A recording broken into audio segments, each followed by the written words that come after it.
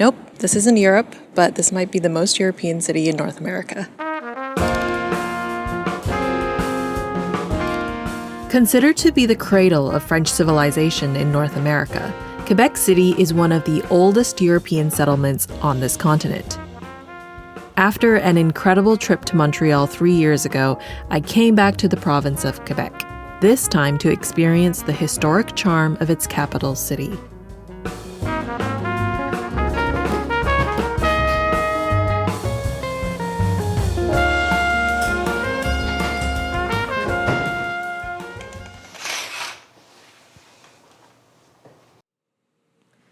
Normally, I show you a pretty chronological documentation of my trip, but this time we're going to take the perspective of traveling through the city's history.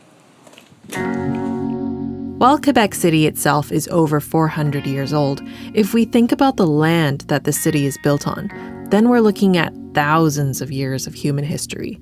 What better place to start our journey than by learning more about one of the indigenous groups that lives here? From here, it's about a 20-minute drive to Wendake. Wendake is a community that is home to the Wendat Nation and is open to the public. They have a lot of things for tourists to see. The Huron-Wendat Museum is part of tourism initiatives from the Wendat Nation to help preserve and promote their culture and heritage. It's located in the same building as their 4-star hotel.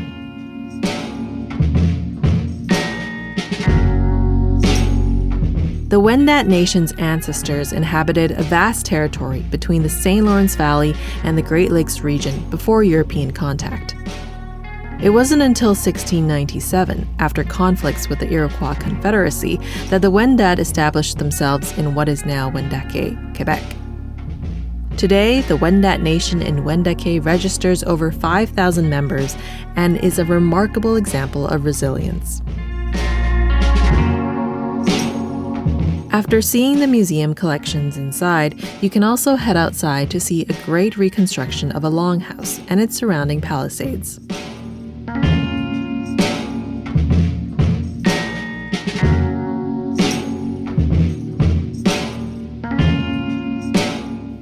Next, about a 5-minute drive away, is the Huron Traditional Site, which is a reconstruction of a traditional Wendat village.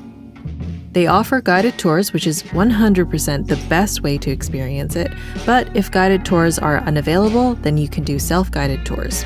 I really recommend not missing out on this if you visit Wendake.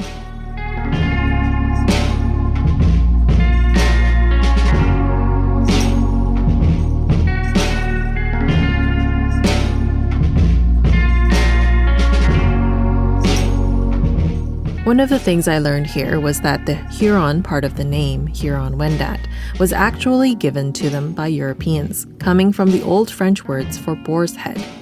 That is what the French thought the Wendat's hairstyles looked like. Now the Wendat people are trying to reclaim their identity and hoping to drop the Huron part from the official name.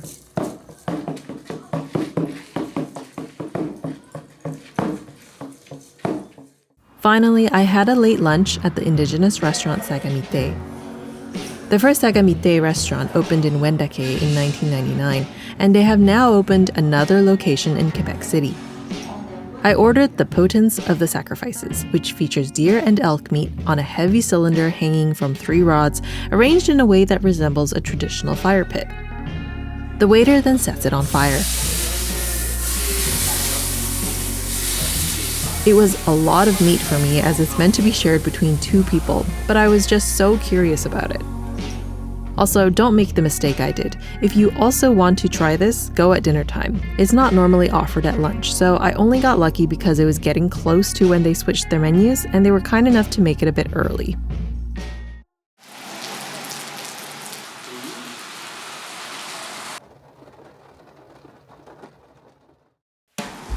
Let's pay a visit now to Old Quebec to see where the city began. These days, Place Royale is a public square that hundreds of thousands of people visit every year. But in 1608, this is where French explorer Samuel de Champlain built the first permanent French settlement in North America, founding the city of Quebec. The buildings here were restored between the 60s and 80s to reflect what it would have looked like in the New France era.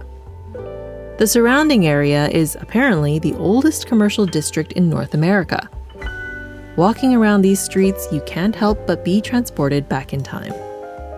A notable street here is the very picturesque Rue du Petit Champlain, home to many charming boutiques and restaurants.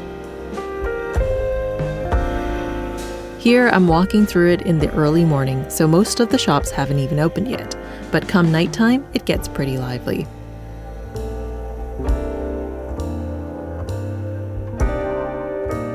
Old Quebec is comprised of Upper Town and Lower Town, which is where we are now. There are about 30 different stairways to connect the two, but at the end of the street here, you can see one of the most well-known.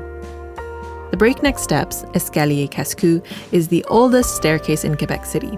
But if you don't want to take the stairs, there is the funicular, which has been in operation since 1879. It costs $6 in cash to go each way.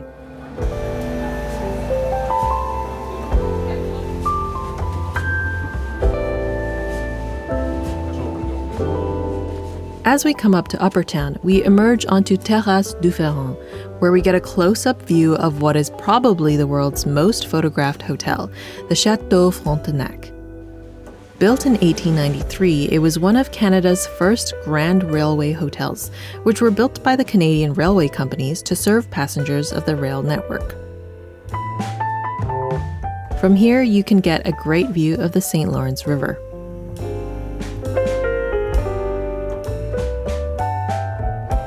But an even better view is found when you climb up the little hill just south of the hotel. This is a popular spot to watch the sunset over Chateau Frontenac and the St. Lawrence River.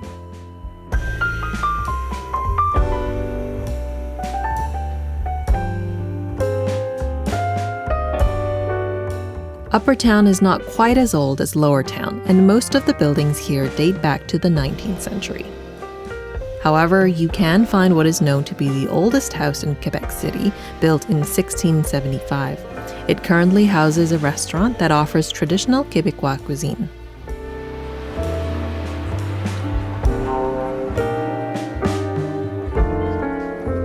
Upper Town is also surrounded by fortifications 4.6 kilometers long. These are the only intact city walls that still stand north of Mexico, built in the years between 1608 to 1871 as part of the city's defense system. Forming part of the fortifications is the Citadelle of Quebec. In order to visit the Citadelle, you'll need to book a guided tour. The Citadelle was built between 1820 to 1850 to defend against a potential American attack. In 1871, the British handed the Citadelle to the Canadian government, and it has since been used by the Canadian Armed Force as a military base. Next to the Citadelle is the Plains of Abraham, a large city park that is famous for being the site of the 1759 Battle of the Plains of Abraham.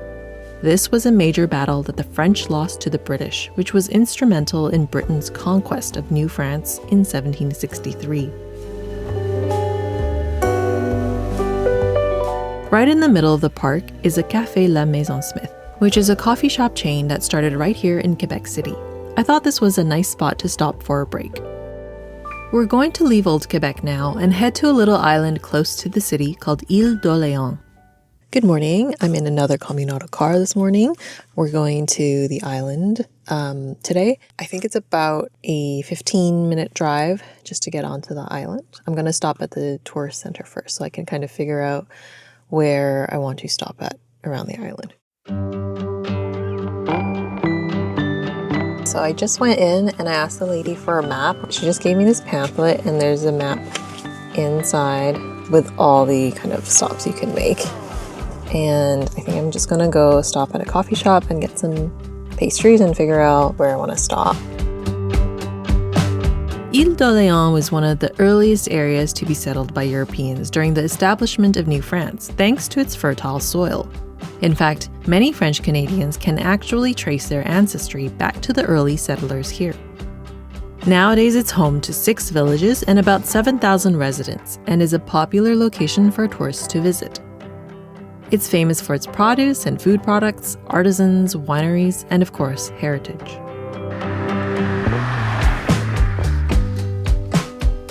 My first stop was the Chocolaterie de l'Île d'Orléans in the village of Saint-Péternille.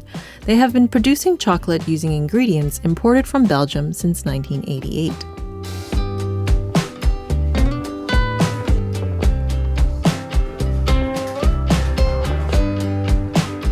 Right outside the chocolate shop, you can access a quiet little promenade along the water, where you can actually spot the Montmorency Falls across the river. I did want to visit this waterfall on this trip, but just didn't have enough time.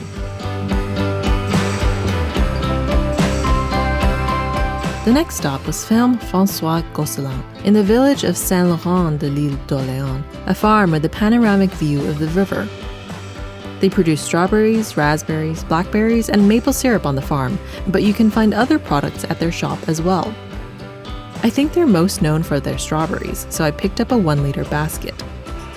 I remember having really delicious strawberries in Montreal last time, so I know Quebec produces good strawberries.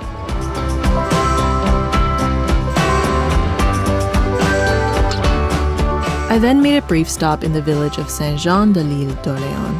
As I was driving through, I saw these really charming looking historical houses and knew I had to park up and take a look. These neoclassical houses lining the road date back to the middle of the 19th century.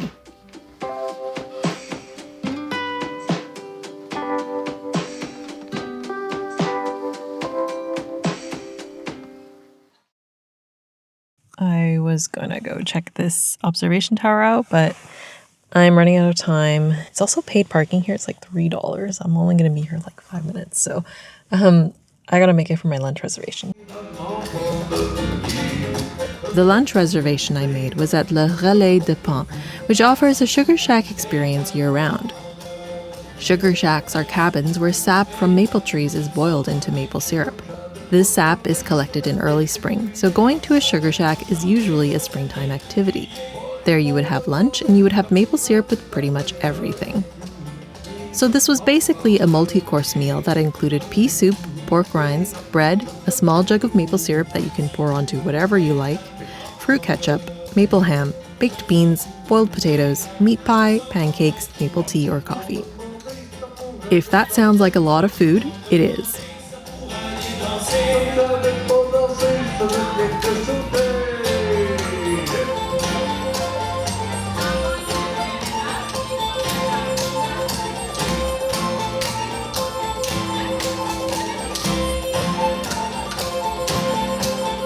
And of course, the sugar shack experience isn't complete without maple taffy on snow. As it was only early September, we had to make do with some artificial snow. Maple syrup is poured onto the snow, allowed to cool a bit, and then rolled up into a lollipop.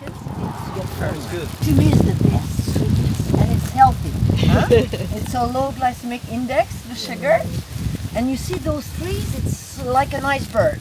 It's 7-8 times bigger underneath the root, so it collects many nutrients. Yes, you put it flat on the edge. Yes, right on. Okay. And in 2-3 seconds, you would just roll delicately to collect. The best, all of it in your mouth, your lips and teeth tight, and you pull out the stick slowly, but you keep the whole thing in your mouth, and then you just enjoy it. You let it melt. This is in our DNA. The Quebecers have a sweet tooth. I thought it would get harder, but it's like still quite like kind of soft. No, And so this was my last stop on Île d'Orléans. There were a few other stops I wanted to make, but unfortunately I didn't give myself enough time and had to return my car. But anyway, since we're on the topic of food, to me, food when traveling is really important because it tells you a lot about the people, the history, the traditions, the culture of a place, especially the local food, the traditional foods, or new fusion foods that were created there that have become really popular for whatever reason. Those are always interesting to me. Chez Gaston came up repeatedly as a recommendation on Reddit, and luckily it was right around the corner from where I stayed. I've talked about poutine before in my Montreal video, but we can review. Poutine, or poutine as it's pronounced here, is just French fries, cheese curds, and gravy. It originated right here in Quebec in the 50s and has grown in such popularity that it's now hailed the national dish of Canada. So I went and got poutine. There's so much gravy on this. I distinctly remember a funny conversation with an Uber driver in Slovakia who was asking me about Canadian food. When I described poutine to him, he seemed confused, as if to say, "That's it?" I think it's one of those things you just have to try it to get it.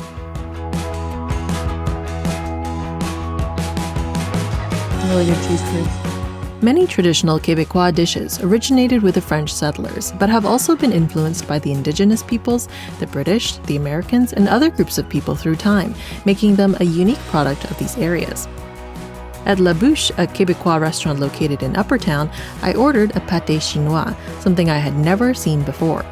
It translates to Chinese pie, but is essentially very similar to a shepherd's pie, made up of beef, potatoes, and corn. La Bouche's version had a bit of a twist to it, as it was decomposed and the beef was braised in red wine rather than ground. I wasn't sure what to expect, but it was really, really good. It seems to be a very traditional Québécois dish, but its origins, along with why it's even called pâté chinois in the first place, are extremely unclear. Some say that this was what they fed the Chinese railway workers as it was cheap, but we really can't be sure. Otherwise, it's also easy to find other very obviously French foods here. I went to a couple places to get croissants and was surprised to find that all the pastries seemed exceptionally large. Is it just me, or can someone confirm this?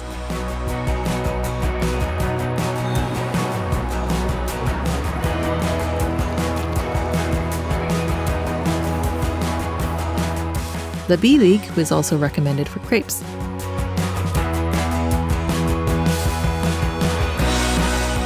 I just got a basic ham and cheese crepe and a maple iced tea. However, I thought my crepe was just alright, so I'm guessing I just ordered the wrong thing.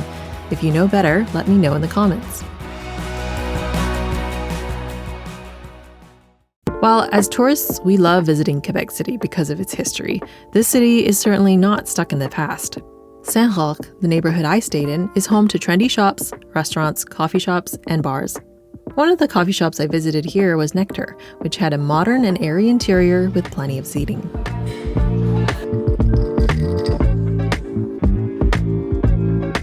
During the time I was there, the St Roch XP Street Festival was also taking place over the course of 3 days, featuring a large variety of food and live music. And I was really impressed because not only was it free to attend, it was so lively and really felt like a festival that cared about arts and culture.